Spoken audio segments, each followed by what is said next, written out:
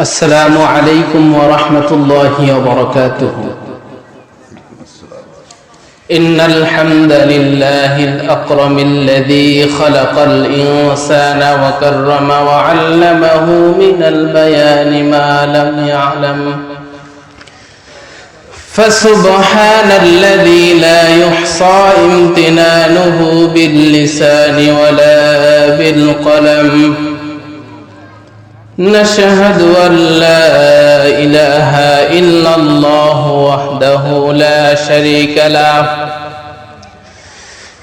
ونشهد أن سيدنا وسندنا وحبيبنا ومولانا محمدا عبده ورسوله الذي أرسله بالحق بشيرا ونذيرا وداعيا إلى الله بإذنه وسراجا منيرا. فقد قال الله تعالى في كلامه المجيد وفرقانه الحميد: أعوذ بالله من الشيطان الرجيم. بسم الله الرحمن الرحيم. إن الله وملائكته يصلون على النبي يا أيها الذين آمنوا صلوا عليه وسلموا تسليما. জবান খুলে সকলে পড়ুন আল্লাহুম্মা সাল্লি আলা মাওলানা মুহাম্মদ সাইয়্যিদিনা মাওলানা محمد بلغ العلا بكماله كشف الدجى بجماله حسنت جميع خصاله صلوا عليه وآله. মাঠিয়াল আদর্শ বাজার ফি আমানিল্লাহ এতিমখানা নুরানি ও হাফিজিয়া মাদ্রাসা কর্তৃক আয়োজিত আজকের এই 15তম তাফসীরুল কোরআন মাহফিল, আজকের মাহফিলের সম্মানিত সুযোগ্য অভিজ্ঞ বরেণ্য সভাপতি আলহাজ মোহাম্মদ হাবিবুর রহমান, সভাপতি অত্র মাদ্রাসা, প্রধান অতিথি এবং বিশেষ অতিথি, আজকের মাহফিলের প্রধান আকর্ষণ আমার সামনে উপবিষ্ট কোরআন প্রিয়, ইসলাম প্রিয়, তাওহীদ পন্থী মুসলমান ভাইরা, পর্দার আড়ালে থাকা অবস্থানরত শ্রদ্ধেয়া সম্মানিতা শিক্ষিতা মা এবং বোনেরা, আলোচনার সূচনায় দোয়া পাওয়ার আশায় আমার পক্ষ থেকে আবারও সালাম জানাচ্ছি। আসসালামু আলাইকুম ওয়া রাহমাতুল্লাহি ওয়া বারাকাতুহু। আলহামদুলিল্লাহ, যে মহান রব্বুল ইজ্জা ওয়াল জালালের দরবারে অসংখ্য অগণিত শুকর ও সুজুদ, যে মহান রব্বুল ইজ্জা ওয়াল জালাল আমাদের সকলকে দুনিয়ার সমস্ত ঝামেলাকে উপেক্ষা করে জান্নাতের বাগান কোরআনের মজলিসে আসার এবং বসার তৌফিক দিয়েছেন, পড়ি আলহামদুলিল্লাহ। বিশ্ব মানবতার মুক্তির দিশারি, নবীদের নবী, শ্রেষ্ঠ নবী, নির্যাতিত নিপীড়িত অসহায় মানুষের আশ্রয়দাতা, সমাজের সমাজপতি, জিহাদের সেনাপতি, নবীদের সম্রাট, দো জাহানের বাদশা নবী মুহাম্মদুর রাসূলুল্লাহ, সকলে পড়ি সাল্লাল্লাহু আলাইহি ওয়াসাল্লাম। সম্মানিত হাজিরিন, আমরা কোরআনের মাহফিলে উপস্থিত হতে পেরে খুশি না বেজার? এই কোরআনের মাহফিলের কিন্তু একটা আদব আছে। এই কোরআনে কারীম যে শুনবে, শোনারও কিছু আদব আছে। মনোযোগ সহকারে শুনতে হবে, চুপ থাকতে হবে। হুকুমটা কার? হুকুমটা কার? আল্লাহ রাব্বুল আলামিন বলেন, ওয়া ইযা কুরিআল কুরআন فاستمعوا له وأنصتوا لعلكم তুরহামুন।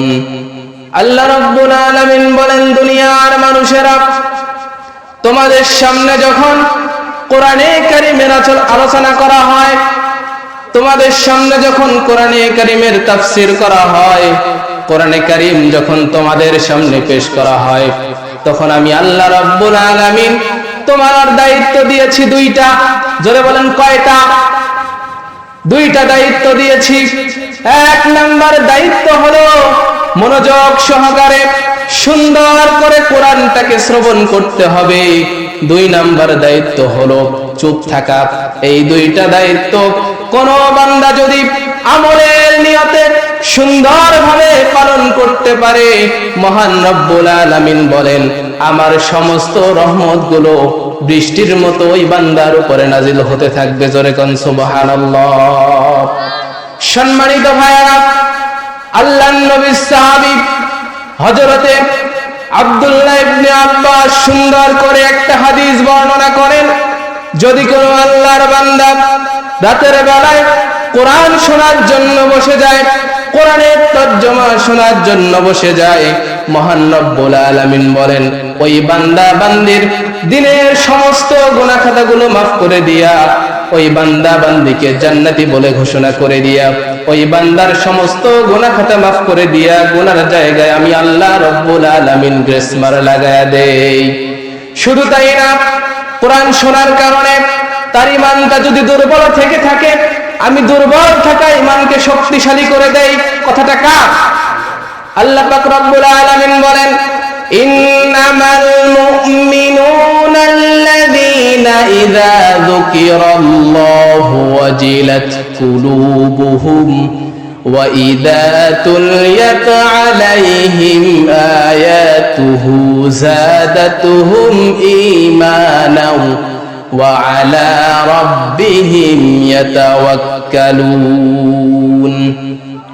আল্লাহ রাব্বুল আলামিন বলেন, প্রকৃত মুমিন হচ্ছে তারাই যাদের সামনে কোরআনে কারীমের আলোচনা করা হলে, যাদের সামনে কোরআনে কারীমের বক্তব্য দেয়া হলে, এবং আমি আল্লাহ রাব্বুল আলামিনের নাম তাদের সামনে উচ্চারণ করা হলে তাদের হৃদয়ে কম্পন সৃষ্টি হয়ে যায়, তাদের হৃদয়ে ঝালঝালা সৃষ্টি হয়ে যায়।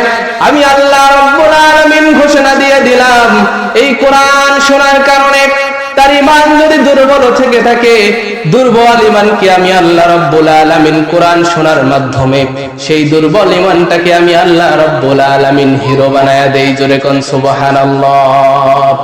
সম্মানিত হাজিরিন, আল্লাহ রাব্বুল আলামিন বলেন, বান্দারে কোরআন শুনতে আসবে, কিন্তু এখান থেকে কিছু নিয়ে যাওয়ার চেষ্টা করবে।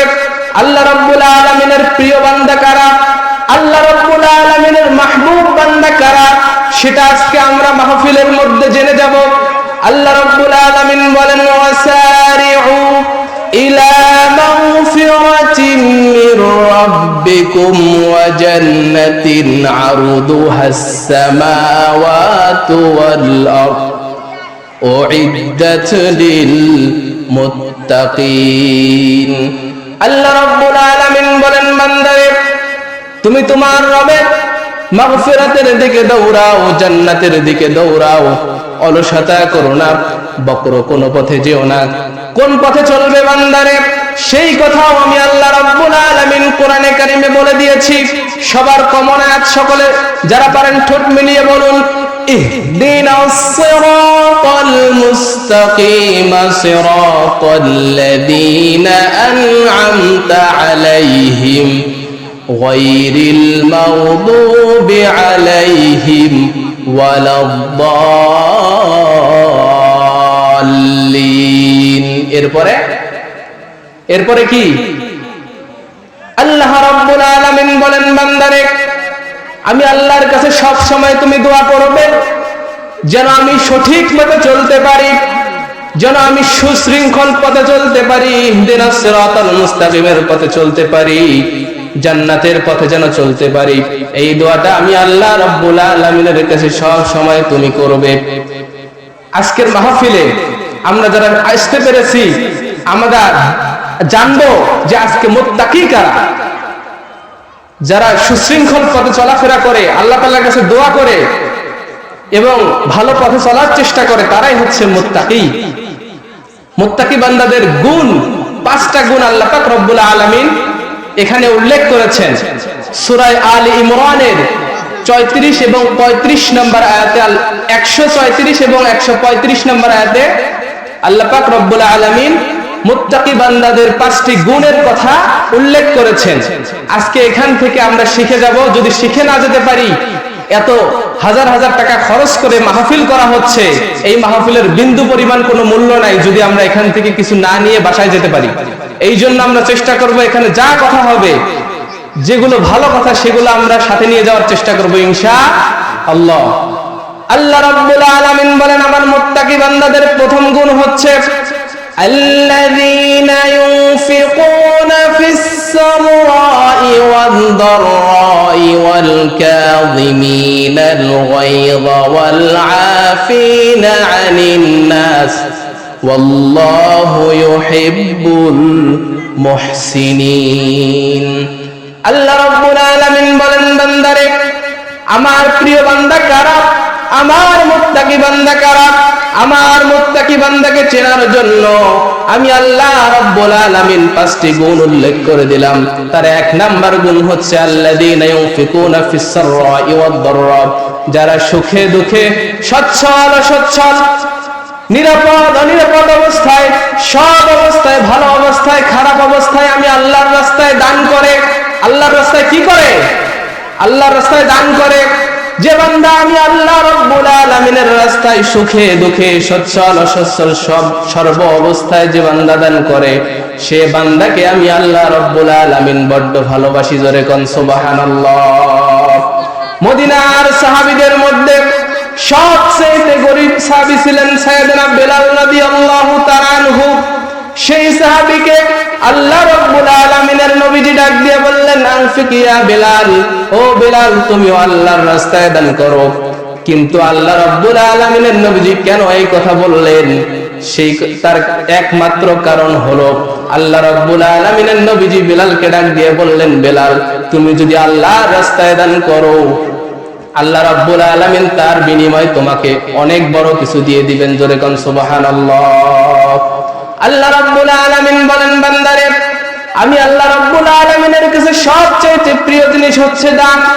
আমি আল্লাহ রাব্বুল আলামিন যদি তোমার সাথে রাগ করে থাকি, তোমার সাথে যদি ক্রোধ হয়ে থাকে, আমি আল্লাহ রাব্বুল আলামিন তোমার প্রতি যদি নাখোশ থেকে থাকি, তুমি যদি গোপনে দান করো, তোমার 1 হাত দান করবে, আরেক হাত জানবে না। তুমি যদি গোপনে দান করো, হোক সেটা বড়, হোক সেটা ছোট দান, হোক সেটা বড় দান, যদি গোপনে দান করতে পারো, আমি আল্লাহ রাব্বুল আলামিন তোমার গোপন দানের বিনিময়ে তোমার তামাম জিন্দেগীর গুনাহ খাতাগুলো মাফ করে দিয়া তোমাকে আমি আল্লাহ রাব্বুল আলামিন সম্মানজনক জান্নাত দিয়ে দিব। জোরে কোন সুবহানাল্লাহ।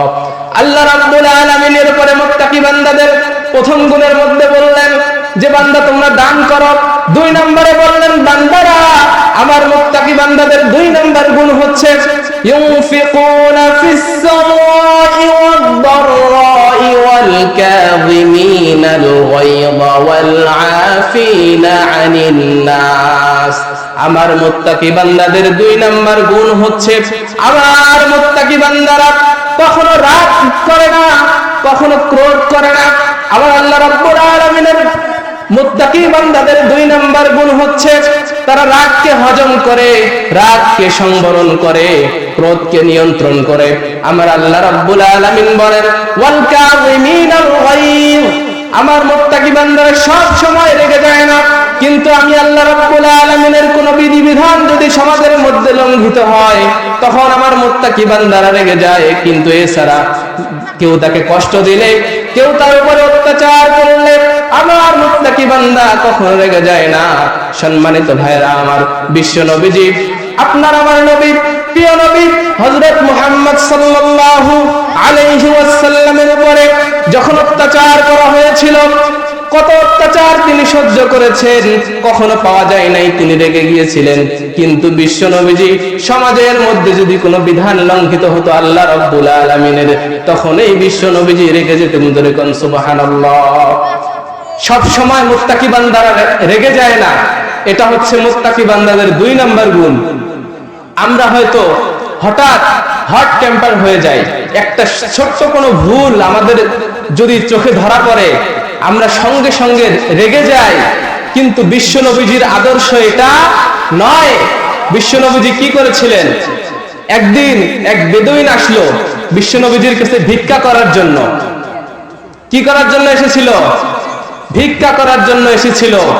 বিশ্বনবীজির কাছে যখন ভিক্ষা করার জন্য আসলো, এসে বেদুইন সম্মান দিয়ে কথা না বলে বিশ্বনবীজির গায়ে একটা চাদর ছিল, সেই চাদরটা এমন জোরে টান দিয়েছে, সেই চাদরটা কিন্তু খসখসে চাদর ছিল, যার কারণে বিশ্বনবীজির গলার চামড়া ছিঁড়ে রক্ত বের হয়ে গেছে। এরপরও বিশ্বনবীজি রাগেন নাই। ওই বেদুইন টান দিয়ে বলছে যে মুহাম্মদ, আমি তো ভিক্ষা করতে এসেছি, আমার সম্পদ নাই, আমার খাওয়ার মতো কিছুই নাই, তুমি অর্ডার দিয়ে দাও বাইতুল মাল থেকে যেন তোমার সাহাবীরা আমাকে কিছু দিয়ে দেয়। বিশ্বনবীজি দেখেন ভিক্ষা করার সিস্টেম দেখেন, কেউ যখন আমাদের কাছে কিছু চায় তখন যদি আমাদেরকে এরকম করে আঘাত করে আমাদের কিছু চায় তখন কি আমরা দিব?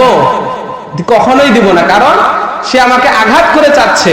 কিন্তু বিশ্বনবীজির আদর্শ দেখেন, ওই সাহাবী ওই বেদুইন যখন বিশ্বনবীজির যখন চাদর ধরে টান দিয়েছে, তখন আল্লাহর নবীজি বলল, তুমি তো এরকম করে ভিক্ষা করতে পারো না, তুমি তো আমাকে অনেক বড় কষ্ট দিয়ে ফেললে, তারপরও সমস্যা নাই, আমি তোমাকে মাফ করে দিলাম। সাহাবীদেরকে হুকুম করলেন যে সাহাবীরা বাইতুল মাল থেকে এই বেদুইনকে কিছু দিয়ে দাও, যাতে করে এর পেট বাঁচাতে পারে, এর খিদা নিবারণ করতে পারে। তখন সঙ্গে সঙ্গে বাইতুল মাল থেকে তাকে কিছু দেওয়া হলো। বিশ্বনবীজির আদব এটা ছিলেন। এরপরে উহুদের ময়দানে বিশ্বনবীজিকে যখন অত্যাচার করা হলো, বিশ্বনবীজির উপরে আক্রমণ করা হলো, একটা পাথর দিয়ে বিশ্বনবীজির মাথার হেলমেট বরাবর যখন একটা মেরে দিল, বিশ্বনবীজির মাথার হেলমেট ভেঙে যখন চিকন লোহা যখন মাথার ভিতরে বিদ্ধ হয়ে গেল, বিশ্বনবীজি চরম ভাবে আহত হয়ে গেলেন, বেহুশ হয়ে গেলেন, এত পরিমাণে অসুস্থ হয়ে গেলেন। সবাই কাফেরেরা মনে করলো বিশ্বনবীজি মনে হয় দুনিয়া থেকে বিদায় হয়ে গেছে। কিন্তু সাহাবায়ে কেরামরা হতাশ হয়ে গেলেন। সাহাবায়ে কেরামরা হতাশ হয়ে গিয়ে বললেন, ও আমার সাহাবীরা, আল্লাহ রাসূলের সাহাবীরা, তোমরা কি শুনেছো নাকি আমাদের রাসূল প্রিয় নবী হযরত মুহাম্মদ সাল্লাল্লাহু আলাইহি ওয়াসাল্লাম দুনিয়া থেকে মনে হয় বিদায় হয়ে গেছে? এরকম করে সমস্ত কাফেররা গুজব রটিয়ে দিচ্ছে। এই কথা যখন হযরতে হানজালা রাদিয়াল্লাহু আনহুর কানে যখন চলে গেল, হযরতে হানজালা নতুন বিয়ে করেছেন, স্ত্রী সহবাস করেছেন, ফজরের সময় ফজরের আযান হয়ে গেছে, ফরজ গোসল করার জন্য তিনি উঠেছেন, ফরজ গোসল করবেন। সেই সময় একজন সাহাবী গিয়ে হযরতে হানজালা রাদিয়াল্লাহু তাআলা আনহুর কানে গিয়ে বলতেছেন, রে হানজালা, কিসের জন্য ফরজ গোসল করতেছ? কিসের জন্য ফজরের আযান নামাজ আদায় করার জন্য ফরজ গোসল করতেছো? তুমি কি জানো নাকি আমাদের প্রিয় নবী, যিনি আমাদের মাঝে ইসলামকে নিয়ে এসেছে, আমাদের মাঝে দ্বীনের আলোকে যিনি ছড়িয়ে দিয়েছে, তিনি নাকি দুনিয়া থেকে বিদায় হয়ে গেছেন? আমরা শুনতে পেলাম। হযরতে হানজালা এই কথা শোনার সঙ্গে সঙ্গে ফরজ গোসল বাদ দিয়ে দিলেন, ফজরের সালাত বাদ দিয়ে দিলেন, দুইটা ফরজ জিনিস বাদ দিয়ে দিয়া আসল ফরজ হচ্ছে জিহাদের ময়দানে তিনি রওনা করলেন। স্ত্রীকে ডাক দিয়ে বললেন যে, স্ত্রী, নতুন বিয়ে করেছি, শুধু একটা রাত তোমার সাথে থেকেছি, তোমার হক ঠিক মতো আদায় করতে পারি নাই, আমার যদি কোনো ভুল হয়ে যায়, ভ্রান্তি হয়ে যায়, তুমি সমস্ত ভুল আমার মাফ করে দিয়ে আমি জিহাদের ময়দানে চলে যাচ্ছি, তুমি আমাকে বিদায় দিয়ে দাও, তোমার আমার দেখা হবে জান্নাতের সিঁড়িতে। জোরে কোন সুবহানাল্লাহ। হযরতে হানজালা যখন জিহাদের ময়দানে রওনা করল, এক পর্যায়ে দেখা গেল তিনি কিছু কাফেরকে শহীদ করে দিয়ে জাহান্নামের মধ্যে পাঠিয়ে দিয়ে তিনিও নিজে শহীদ হয়ে গেলেন। এদিকে বিশ্বনবীজি চরম ভাবে অসুস্থ হয়ে গেছে।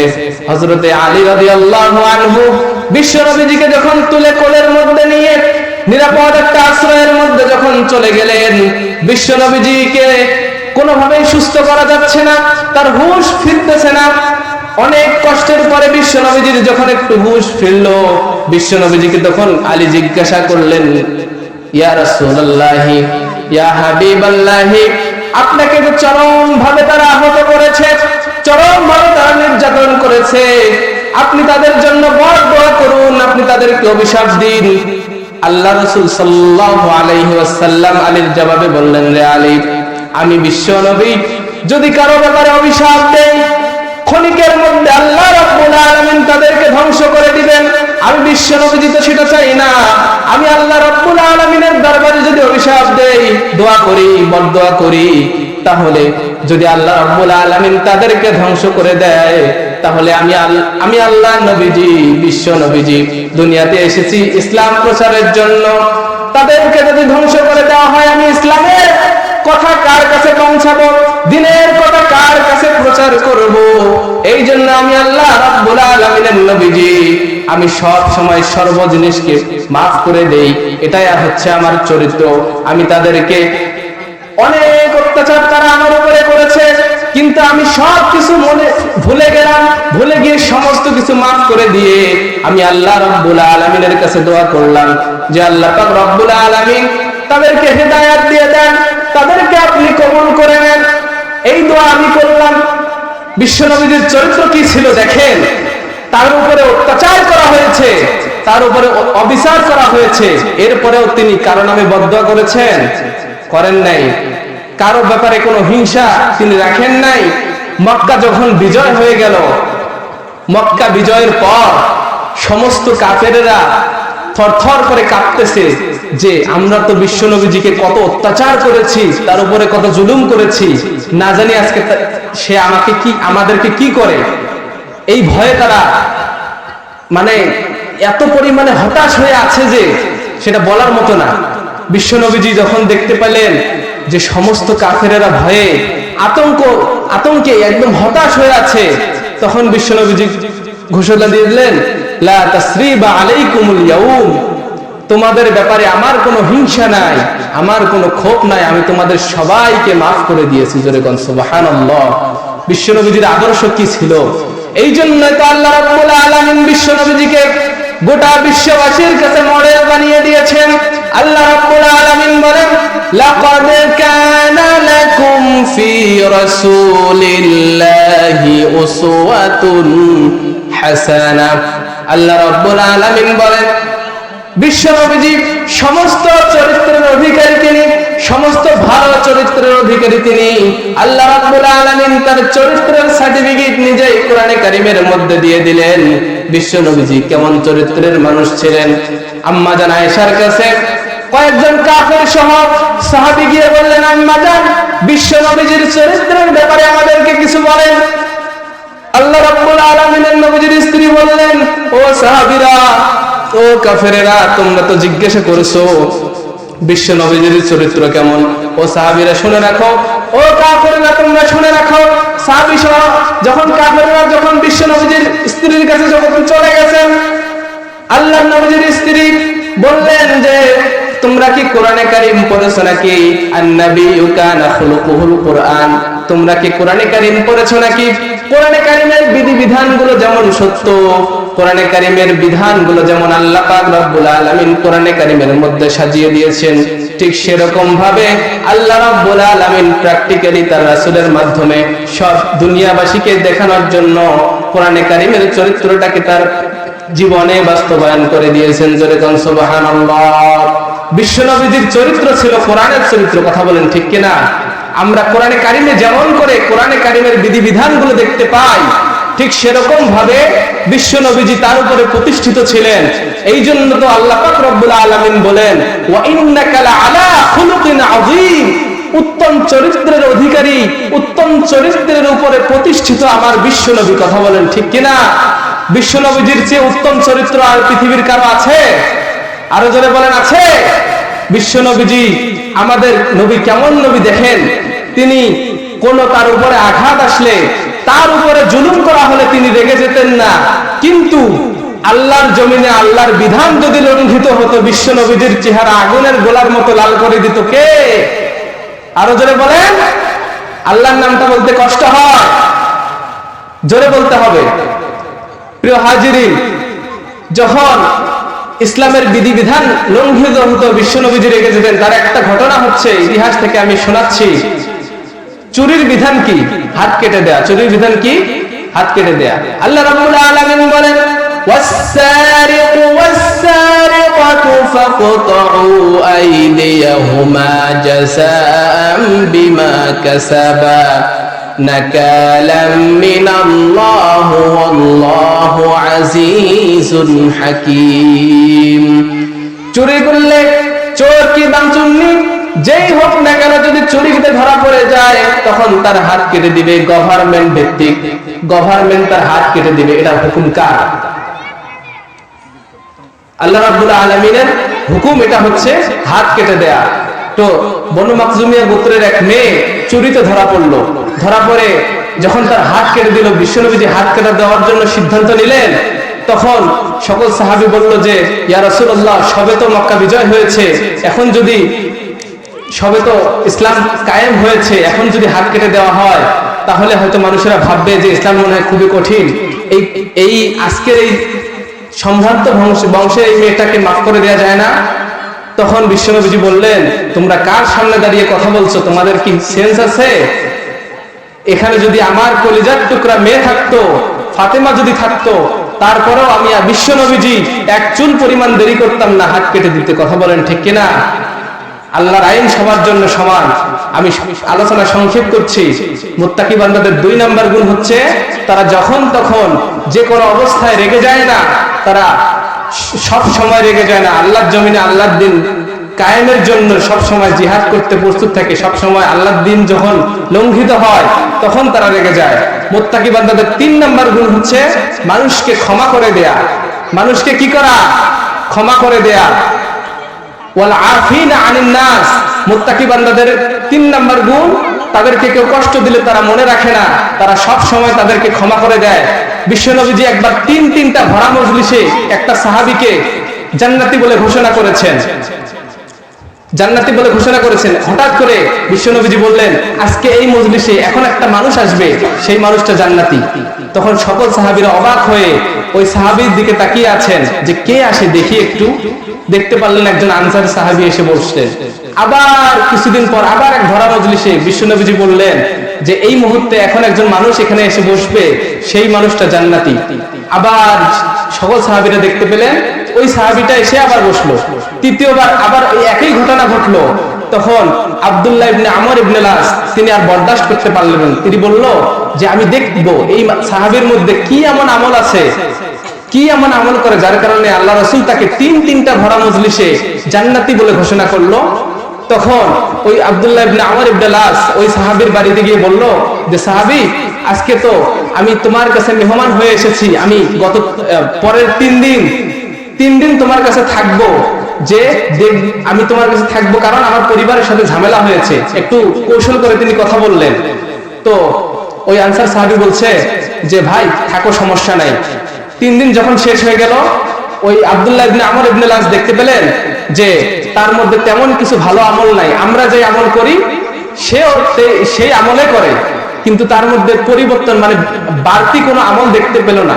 তখন এক পর্যায়ে আব্দুল্লাহ ইবনে আমর ইবনে আস তাকে জিজ্ঞাসাই করে ফেললো এক পর্যায়ে যে, ভাই, আমি তোমাকে একটা উদ্দেশ্য নিয়ে তোমার বাসায় এসেছি, সেটা হচ্ছে আল্লাহ রাসূল তাকে 3টা ভরা মজলিসে তোমাকে কেন জান্নাতি বলে ঘোষণা করলো? তুমি কি এমন আমল করে আমাকে একটু বলো তো, আমি সেই আমলটা করব।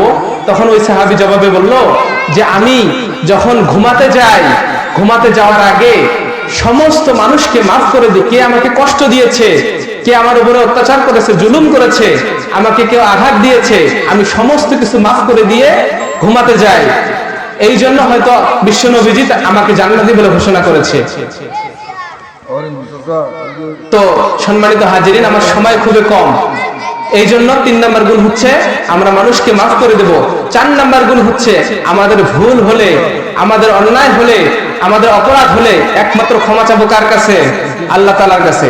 আল্লাহ রাব্বুল আলামিন বলছেন, ওয়াল্লাযীনা ইযা ফাআলু ফাহিশাতান আও যালামু আনফুসাহুম যাকারুল্লাহা ফাস্তাগফিরু লিযুনুবিহিম ওয়া মান ইয়াগফিরু যুনুবা ইল্লাল্লাহ ওয়া লাম ইউসিরু আলা মা ফাআলু ওয়া হুম ইয়ালামুন। ভুল হলে, অন্যায় হলে মুত্তাকি বান্দারা আল্লাহ পাক রব্বুল আলামিনের কাছে ক্ষমা চায়, কারণ আল্লাহ ছাড়া তাদের কোনো দ্বিতীয় রব আছে? ওয়া ইয়াগফিরুয যুনুবা ইল্লাল্লাহ, আল্লাহ ছাড়া তাদের দ্বিতীয় কোনো রব নাই। এবং 5 নাম্বার গুণ হচ্ছে তারা যেই অপরাধ থেকে ক্ষমা চায়, যেটাতে তওবা করে, দ্বিতীয়বার সেই ভুল আর করে।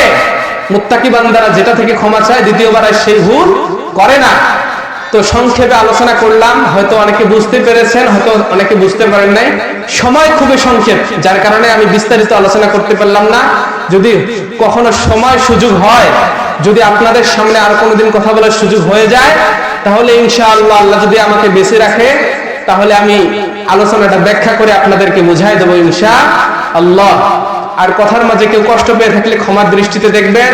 আমি ছোট মানুষ, কথার মধ্যে কেউ যদি কোনো কষ্ট পেয়ে থাকেন আমাকে ক্ষমা দৃষ্টিতে দেখবেন। আর সবাই আমার জন্য দোয়া করবেন। আপনারা হয়তো অনেকে জানেন, অনেকে চিনেন আমাকে, আমি একজন দৃষ্টি প্রতিবন্ধী। আমার জন্য দোয়া করবেন যেন আমি ভালো একজন আলেম হিসেবে জাতির সামনে কথা বলতে পারি, এবং আপনাদের এই উত্তরবঙ্গকে আমি যেন গোটা বিশ্ববাসীর কাছে তুলে ধরতে পারি।